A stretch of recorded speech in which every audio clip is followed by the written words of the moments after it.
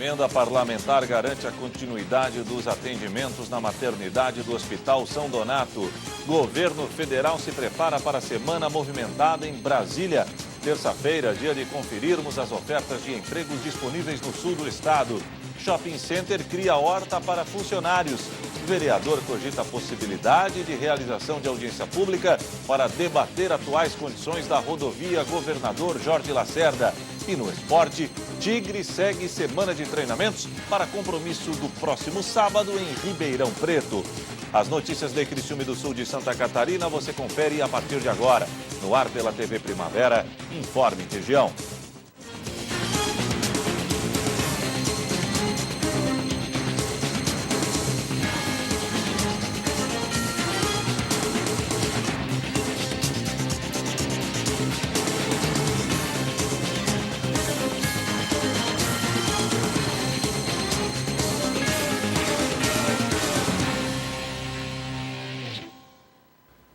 Hoje, terça-feira, 28 de maio de 2019, para você que sintoniza a tela da TV Primavera, uma boa noite.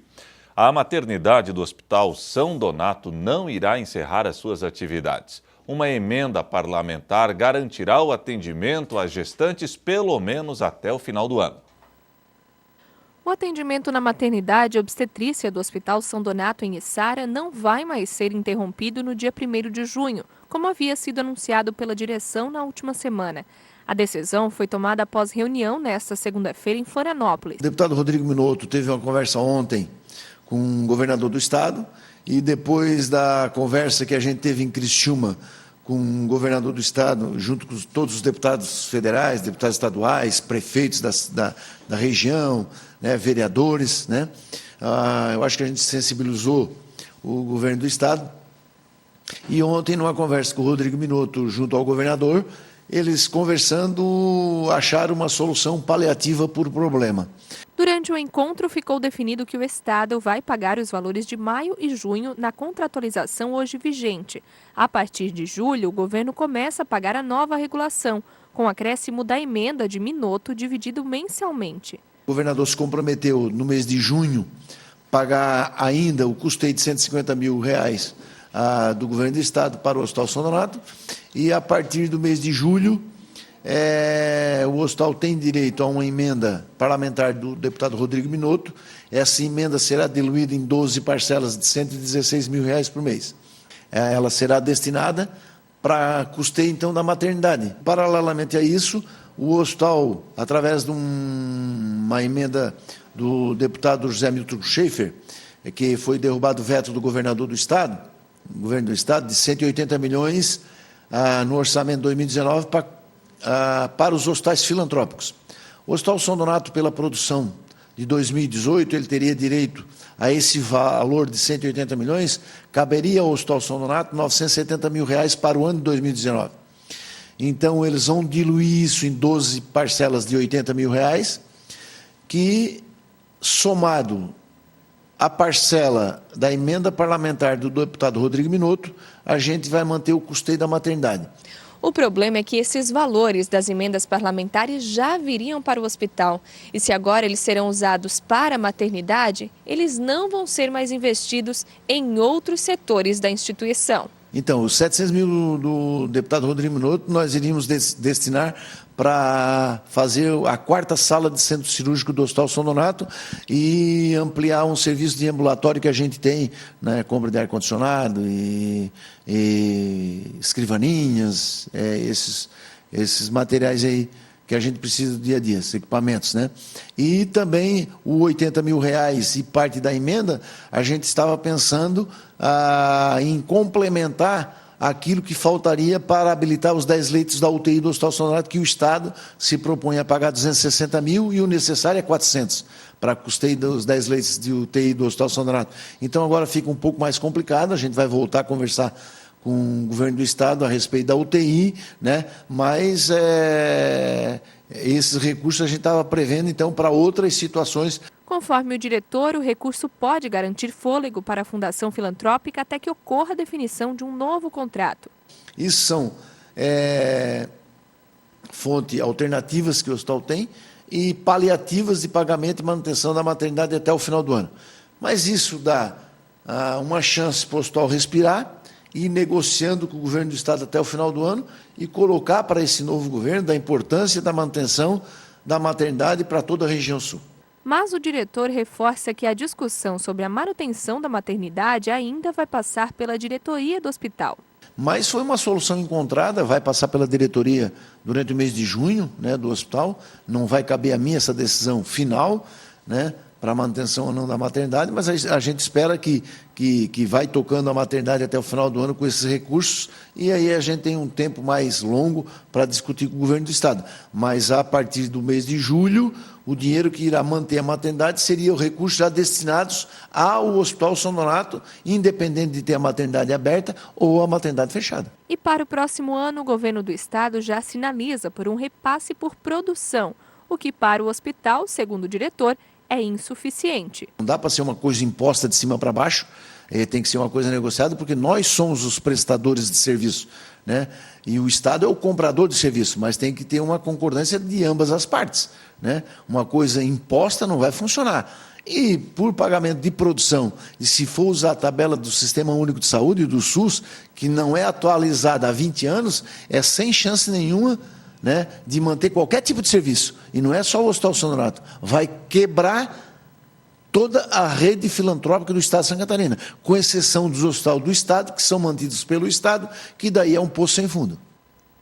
O governo se prepara para uma semana movimentada. Só de medidas provisórias que precisam ser aprovadas antes do vencimento são 8. Senado e Câmara correm para aprovar as MPs. E após o domingo de atos espalhados pelo país, o presidente Jair Bolsonaro declarou que as manifestações foram um recado aos que teimam com as velhas práticas. Assim como havia dito, o presidente Jair Bolsonaro não participou das manifestações. Durante a manhã de domingo, esteve em um culto de uma igreja evangélica no Rio de Janeiro. Lá, Bolsonaro discursou e falou sobre as manifestações. Ele está indo para defender o futuro dessa nação. Uma manifestação espontânea, uma pauta definida, com respeito às leis e às instituições, mas com o firme propósito de dar um recado àqueles que tenham com velhas práticas, não deixar que esse povo se liberte. As manifestações já acabaram e o governo agora se prepara para enfrentar os desafios dos próximos dias. E essa semana já começa com uma corrida contra o relógio. Além das medidas provisórias da reforma administrativa, que deve ser votada no Senado nesta terça-feira, e a do setor de transporte aéreo, que já foi aprovada pelo Congresso, ainda existem 6 MPs que precisam ser analisadas. Todas já prestes a vencer a validade.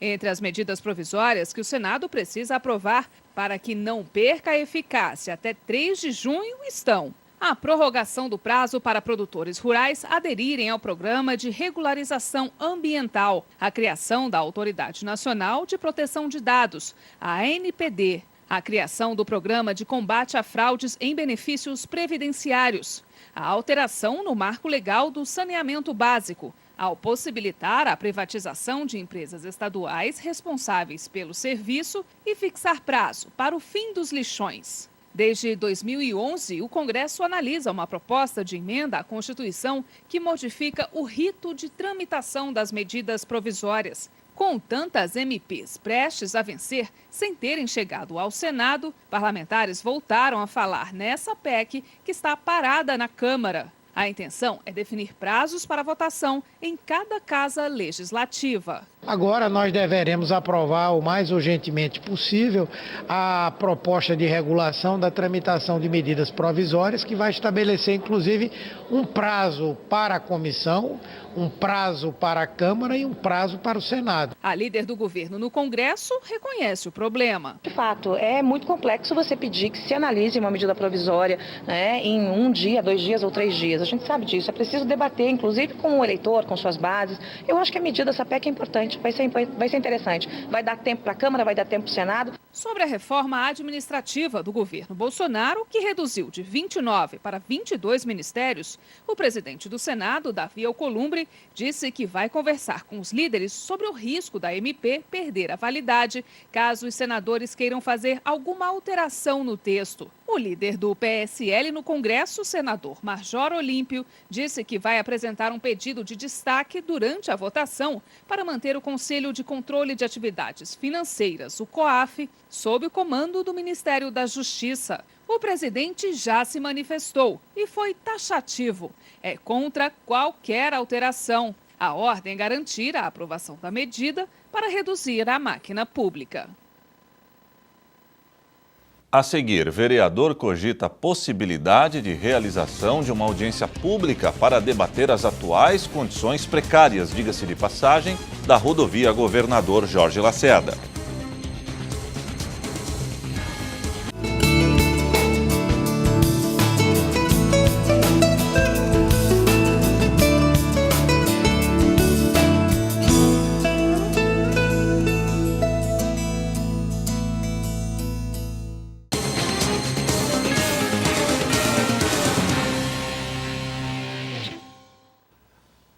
Atenção você que busca por uma vaga no mercado de trabalho. Hoje é terça-feira, dia de conferirmos as ofertas de empregos no sul de Santa Catarina. Acompanhe. Estagiário comercial, trainee comercial, televendas, vendedora, técnico em manutenção de celulares, auxiliar administrativo, vendedor externo, vistoriador veicular, instalador de esquadrias, atendente, desenvolvedor, atendente de lanchonete, coleta e entrega, secretária, auxiliar de instalação, assistente contábil, auxiliar de limpeza, analista de qualidade, assistente comercial, gerente comercial, químico industrial, líder de pilotagem, faturista, supervisor de produção, impressor de estamparia, analista de PPCP, engenheiro químico, designer de moda, auxiliar de produção, motoboy, auxiliar de serviços gerais, professor de inglês, programador de encaixe, mecânico, montador de painéis. Interessados devem buscar mais informações através do portal da ASIC, Associação Comercial Industrial de Criciúma, www.acicri.com.br, na aba Banco de Talentos. Um shopping em São Paulo aproveitou um espaço sem utilização para fazer uma ação diferente, criar uma horta para os funcionários. E essa é uma ideia que você pode aplicar onde quiser, no escritório, no condomínio, em casa, e assim deixar um pouco mais verde a paisagem dos centros urbanos.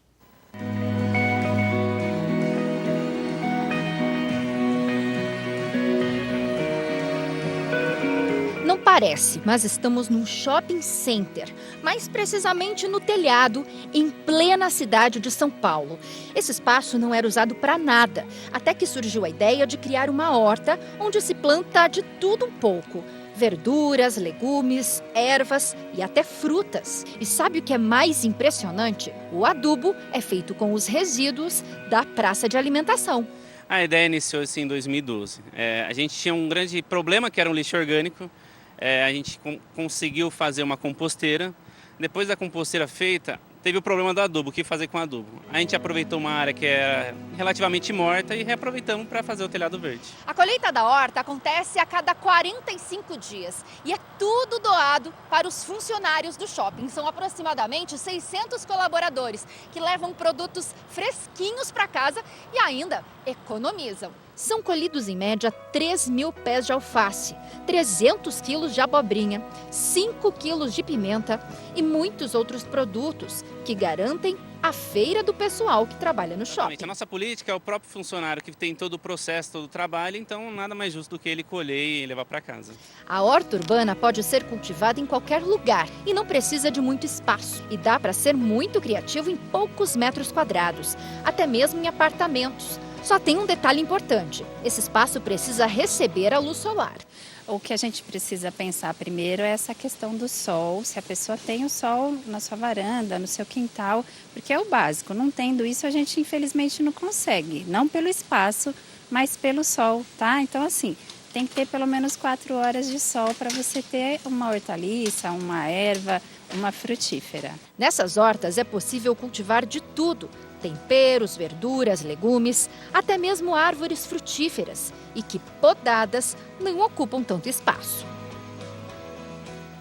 Hoje em dia é muito fácil ter frutíferas porque elas já vêm em tamanho que já estão produzindo. Então você leva a sua plantinha às vezes para casa, a sua frutífera já com frutinho no pé. E aí é bem fácil também. A frutífera exige um pouquinho de espaço maior, né? Por conta da parte da copa e tudo, mas é possível e tranquilo. Dentre elas, que o pessoal costuma consumir mais, comprar mais com a gente, são as jabuticabeiras, pitanga, acerola, limão.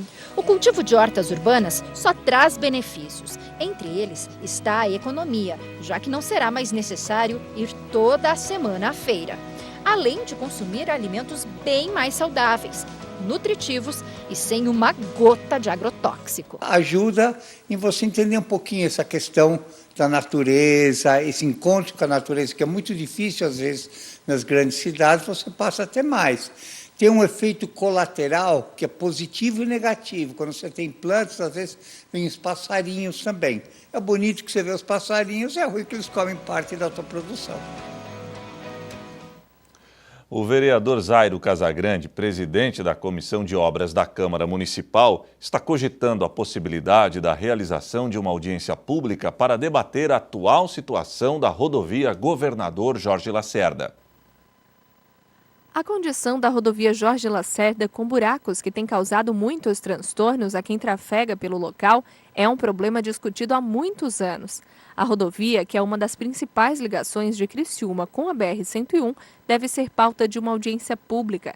A iniciativa é da comissão formada recentemente por vereadores de Criciúma e moradores das comunidades do entorno da estrada. Sim, nós fomos convidados a participar de uma reunião lá na comunidade no sábado, e juntamente com o superintendente do DEINFRA, o Gustavo, onde a comunidade montou uma comissão e diversos vereadores estão participando junto com a comunidade. E aí o pedido, então, de nós montarmos uma audiência pública para estar discutindo esse assunto da Jorge Lacerda. Para a realização da audiência pública, uma proposta foi protocolada na Câmara de Vereadores nesta segunda-feira e assinada por todos os parlamentares. O documento foi feito pela Comissão de Obras da Câmara, presidida pelo vereador Salésio Lima. Então, a Comissão de Obras fez o pedido da audiência, mas a preocupação da comissão é envolver todos os vereadores. E aqui a gente quer agradecer a todos os 17 vereadores que assinaram o requerimento pedindo audiência pública lá na comunidade do Verdinho.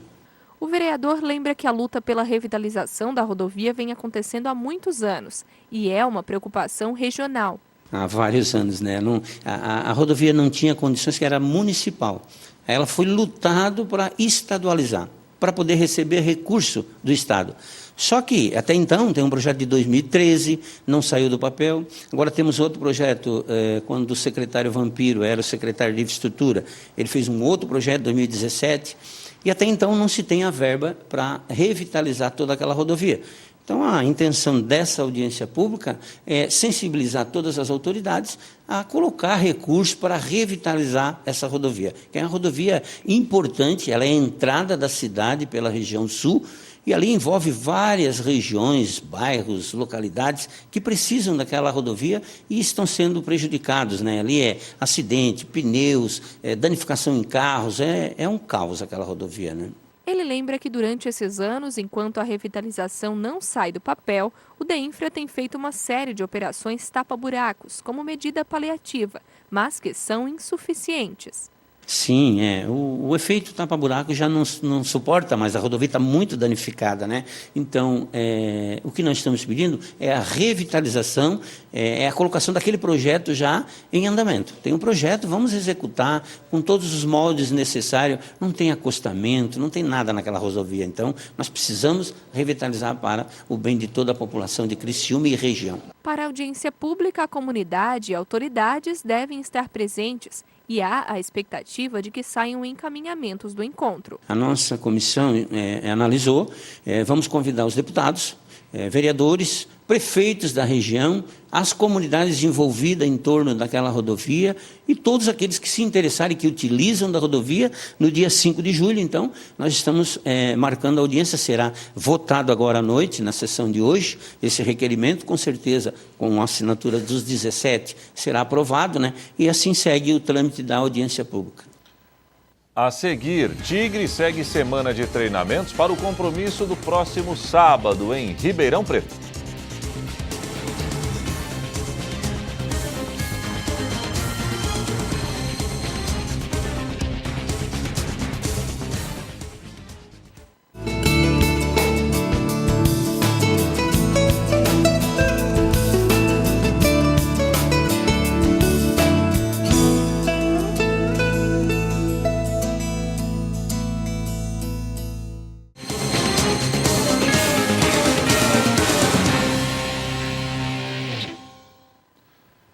Bom, agora vamos falar de esportes. O Tigre treina para, no sábado, manter a boa fase na Série B. Jogando no interior de São Paulo, na cidade de Ribeirão Preto, contra o líder da competição, o Carvoeiro tentará a sua segunda vitória consecutiva no Campeonato Brasileiro. E segue a rotina de treinamentos do Criciúma. O Carvoeiro quer manter o ritmo e garantir a segunda vitória seguida na Série B. É o Tigre sonhando em se aproximar do G4. Quanto maior número de pontos a gente somar, é de grande importância dentro da tabela, né, da classificação. Se a gente conseguir 3 vitórias, aí já muda completamente o contexto, né? Mas jogo a jogo, temos um jogo muito complicado agora, esse final de semana aí, mas nossa equipe também está em evolução, a gente está bem confiante. E vamos ver, é difícil colocar uma projeção agora, mas a gente vai lutar para que seja o máximo. A vitória contra o Guarani ainda soa positivamente no grupo tricolor. Wesley, experiente volante, peça fundamental no esquema de Gilson Kleina, sabe disso e quer tirar proveito da situação. Mesmo que na rodada passada o time teve que saber sofrer, já que jogou o segundo tempo inteirinho com um homem a menos. São situações que acontecem durante a partida, né? Lógico que ninguém está ali para fazer alguma coisa de errado ou ser expulso, acontece, já resolvemos entre a gente, né? Isso não sirva, que sirva de lição, né? Para que não aconteça mais, porque hoje em dia é complicado tu ficar com um homem a menos, né? O desgaste é dobrado, mas já foi superado, é uma vitória que dá mais confiança para o trabalho do professor e nosso também, e tomara que em cima disso a gente consiga ter mais vitórias aí pela frente aí para que a gente possa, no final do ano, se Deus quiser, chegar aqui falando de uma outra situação. E para continuar surfando na maré das vitórias, é preciso superar as adversidades. E uma delas é vencer a primeira fora de casa. A gente vai ter que ter bastante atenção, né? A gente está acompanhando aí, sabemos da dificuldade. O professor é um cara que já passou por bastante situação, vai saber lidar, né? Colocar a aplicação tática que ele acha que tem que ser. Independente de quem for jogar, tomara que a gente consiga chegar lá e a aplicação que o professor passar para a gente, tomara que a gente consiga colocar em prática para poder sair com o resultado. Da vitória diante do Bugre Campineiro até o próximo compromisso, sábado em Ribeirão Preto contra o Botafogo, são 10 dias de atividades intensas. Um período precioso e que precisa ser aproveitado. Tudo para aprimorar os acertos e, claro, corrigir as falhas. Não tenha dúvida, porque por mais que a vitória, às vezes, ela esconde bastante coisa, né? E já que teve esse tempo, eu acho que é bom para a gente poder acertar algumas coisas. No futebol é difícil, né? A gente falar o que é bom, o que é ruim. Mas já que a gente teve essa oportunidade de trabalhar, é importante para que a gente possa acertar algumas coisinhas aí, para que a gente possa seguir em frente. Hoje é dia de sala de entrevistas. E no programa que começa logo mais, um arpista muito conhecido em todo o Brasil. Mais uma vez, o Sala de Entrevistas receberá a visita do maior arpista do Brasil. O pastor Narciso Lucena falará mais de seu ministério e, claro, irá tocar algumas de suas canções em um instrumento simplesmente fascinante. E essa harpa aguenta essas viagens todas. E como é que faz? Porque não é um violão, não é um instrumento pequeno para levar, né? Então, realmente a harpa, eu costumo brincar, estava até brincando com o irmão Paulo, que a harpa é uma bênção, mas na hora de entrar no carro ela vira duas, né? E não tem como desmontar, ela é assim mesmo, né? É assim mesmo. Não, tem como desmontar, porque o que segura ela montada são as cordas. Certo. Na verdade, são 3 partes, né? A caixa de ressonância, a cabeça e a coluna. O que une tudo aqui é as cordas. Se eu tirar as cordas, divide em 3 partes. Porém, não é viável, porque... Não dá uma mão de obra muito grande? Além da mão de obra, depois a afinação tem que estabelecer. Então, como ela estabeleceu a afinação, é melhor deixar quieto. É mais difícil a afinação, porque o pessoal não sabe. Agora eles estão vendo o programa prontinho no ar, mas aqui a gente tem que esperar um pouquinho até o senhor afinar toda a harpa. É o mais difícil é afinar a bicha mesmo, né? Rapaz, não é difícil, é trabalhoso, porque é muitas cordas, né? O difícil é tocar mesmo. Agora a afinação, e eu ainda costumo ter uma brincadeira que o arpista passa 1/3 da vida dele afinando a harpa. E o restante tocando com ela desafinada. O Sala de Entrevistas começa dentro de instantes, logo após o Informe Região. Você acompanha o Sala através dos canais 12 no analógico e 12.1 no digital, via sistema de TV aberta. Assinantes da NET TV a cabo assistem à TV Primavera através do canal 13. Os da GVT, canal 12. Olá pessoal, aqui é o pastor Narciso Lucena. Nessa próxima terça-feira eu estarei aqui na TV Primavera com meu amigo Eber. Abraço!